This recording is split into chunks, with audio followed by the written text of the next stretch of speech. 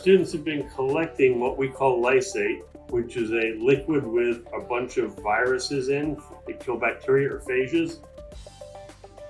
And they collect this lysate by growing plates of which have the most numbers of phages on them, and then they collect it by flooding it with a liquid and then sucking that liquid off and filtering it. After they're done with that, they then do a series of plates that then they can do a calculation of how many phages are in this liquid. This whole area is called amplification. They keep doing this over and over again, trying to grow a perfect wet plate, collecting it, and then figuring out its concentration. It takes 3 lab periods to do until they get a high enough concentration. Fancy word for that is titer.